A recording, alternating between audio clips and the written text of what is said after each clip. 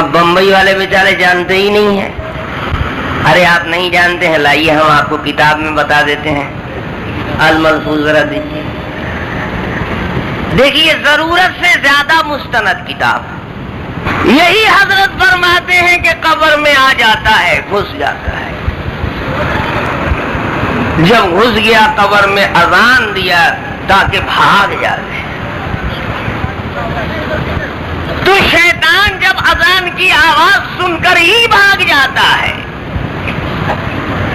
اب خدا کی شان بھی عجیب ہے، وہ کمبخت بھاگتا بھی ہے تو ہائیڈروجن نائٹروجن بم ایک دو. اگر خدا نہ خواستہ کسی کے قبر میں ڈھک ہی گیا ہو تو بھاگتے بھاگتے کیا حرکت کرے گا؟ سوچئے کتنی معطر ہو جائے گی ان کی قبر جن کی قبر میں شیطان ڈھکا ہوگا. خدا کی قسم پھر دوبارہ جہنم کے فرشتوں کو بھی حاجت نہیں ہوگی کہ اس کو کوئی اور عذاب دے. ایک طرف بڑے حضرت یہ فرما رہے ہیں کہ اذان دو شیطان بھاگے، دوسری طرف وہی حضرت بیان کر رہے ہیں کہ رسول اللہ کے زمانے میں خود نبی کی خدمت میں ایک صحابیہ پری نے شیطان کو نماز پڑھتے ہوئے دیکھنے کی گواہی دی اور رسول اللہ نے نکیر نہیں فرمایا اس پر. بلا نکیر نبی کی خاموشی بھی سند ہے. ضرورت سے زیادہ مستند کتاب ہے. آپ جانتے ہیں ضرورت سے زیادہ کھا لینے کے بعد کیا ہوتا ہے؟ جس کے پاس نسب ہوگا اس کو آپ اپنی زبان میں کیا بولتے ہیں؟ نسب نامہ جس کا صحیح ہے، شجرہ نسب جس کے پاس ہے، اس بچے کو کیا بولتے ہیں اپنی زبان میں؟ صحیح النسب. اور تھوڑا عوامی زبان میں آئیے تو حلالی. کیا بولتے ہیں؟ حلالی. اور جس کے پاس نسب نامہ نہیں ہے اس کو آپ کیا بولتے ہیں؟ آپ ہی بول دیں اپنی زبان سے. ہم اگر عرض کریں گے تو شکایت ہوگی. آپ ہی فرمائیے اس کا نام کیا ہے صحیح؟ ارے ذرا زور سے بولو بھائی کہ اور لوگ بھی سن لیں. اس کو کیا بولتے ہیں؟ حرام. کیوں بھائی کوئی اور نام ہے اس کا؟ اب ایک مولانا صاحب پہنچے، نماز کا وقت ہو گیا، دونوں بچے مسجد چلے گئے. مولوی صاحب تو نماز پڑھ کر آئے تھے. انہوں نے کہا بیٹے تم کھیل رہے ہو، اذان ہو چکی، ہمارے یہاں نماز بھی ہو گئی، تم دونوں نے نماز نہیں پڑھی. کہا ہماری عادت تو نہیں ہے، نماز تو شیطان پڑھتا ہے. نماز کون پڑھتا ہے؟ شیطان پڑھتا ہے. آپ کو حیرت ہوگی، شیطان نماز پڑھتا ہے نا. اب بمبئی والے بیچارے جانتے ہی نہیں ہیں. ارے آپ نہیں جانتے ہیں، لائیے ہم آپ کو کتاب میں بتا دیتے ہیں. الملفوظ ذرا دیکھیے. دیکھیے ضرورت سے زیادہ مستند کتاب.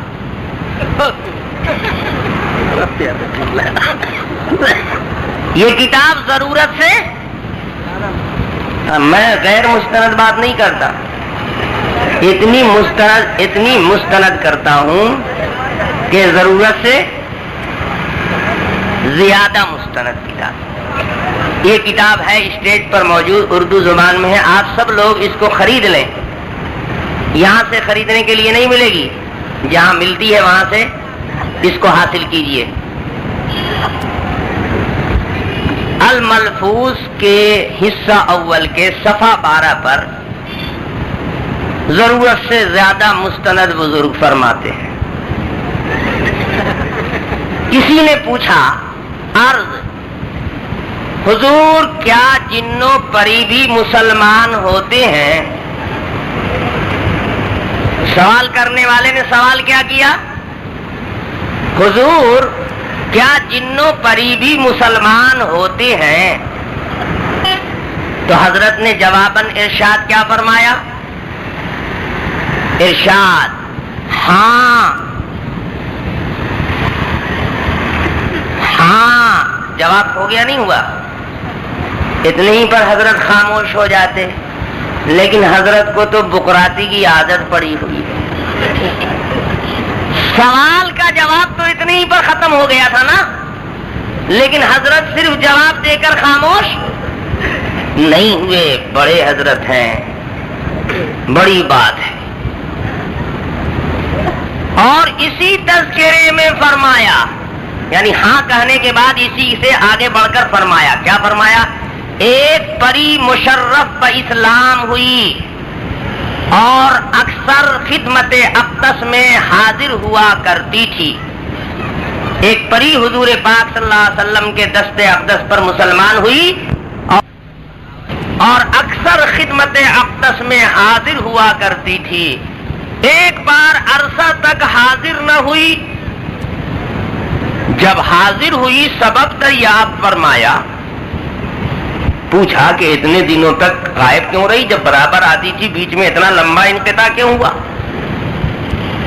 دریافت فرمایا، عرض کی حضور میرے ایک عزیز کا ہندوستان میں انتقال ہو گیا تھا، وہاں گئی تھی. یہ صحابیہ پر ہی اپنے ایک ہندوستانی عزیز کے انتقال میں کہاں آئی تھی؟ اب خود ہی آپ کی شہر میں آئی ہوگی. خیر، عرض کی حضور میرے ایک عزیز کا ہندوستان میں انتقال ہو گیا تھا، وہاں گئی تھی.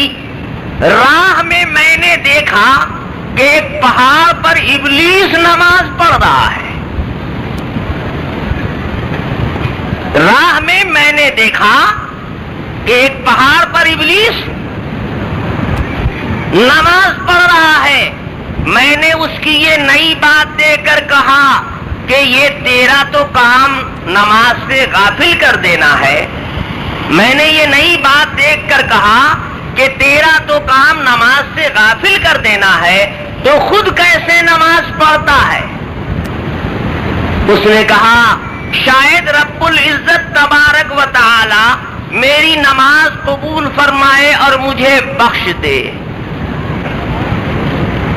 یہ واقعہ اتنے بڑے حضرت نے لکھا ہے، اتنی ضرورت سے زیادہ مستند کتاب میں، کہ رسول اللہ کے زمانے میں شیطان نماز پڑھتا ہوا پایا گیا.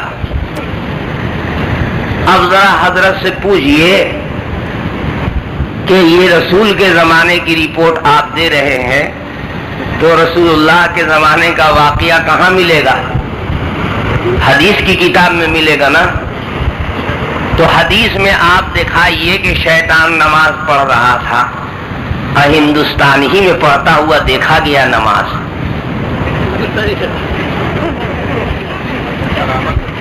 اذا سمع الاذان فر الشیطان وَلَهُ زُرَارٌ، بھاگتا ہے، اور بھاگتا بھی ہے کیسے؟ گوز لگاتا ہوا، بدحواسی میں ریاح خارج کرتا ہوا. یہی حضرت فرماتے ہیں کہ قبر میں آ جاتا ہے، گھس جاتا ہے. جب گھس گیا قبر میں اذان دیا تاکہ بھاگ جائے. تو شیطان جب اذان کی آواز سن کر ہی بھاگ جاتا ہے. اب خدا کی شان بھی عجیب ہے، وہ کمبخت بھاگتا بھی ہے تو ہائیڈروجن نائٹروجن بم ایک دو، اگر خدا نہ خواستہ کسی کے قبر میں ڈھک ہی گیا ہو تو بھاگتے بھاگتے کیا حرکت کرے گا؟ سوچئے کتنی معطر ہو جائے گی ان کی قبر جن کی قبر میں شیطان ڈھکا ہوگا. خدا کی قسم پھر دوبارہ جہنم کے فرشتوں کو بھی حاجت نہیں ہوگی کہ اس کو کوئی اور عذاب دے. ایک طرف بڑے حضرت یہ فرما رہے ہیں کہ اذان دو شیطان بھاگے، دوسری طرف وہی حضرت بیان کر رہے ہیں کہ رسول اللہ کے زمانے میں خود نبی کی خدمت میں ایک صحابیہ پری نے شیطان کو نماز پڑھتے ہوئے دیکھنے کی گواہی دی، اور رسول اللہ نے نکیر نہیں فرمایا اس پر، بلا نکیر.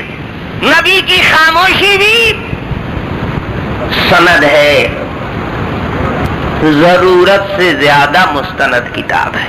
آپ جانتے ہیں ضرورت سے زیادہ کھا لینے کے بعد کیا ہوتا ہے؟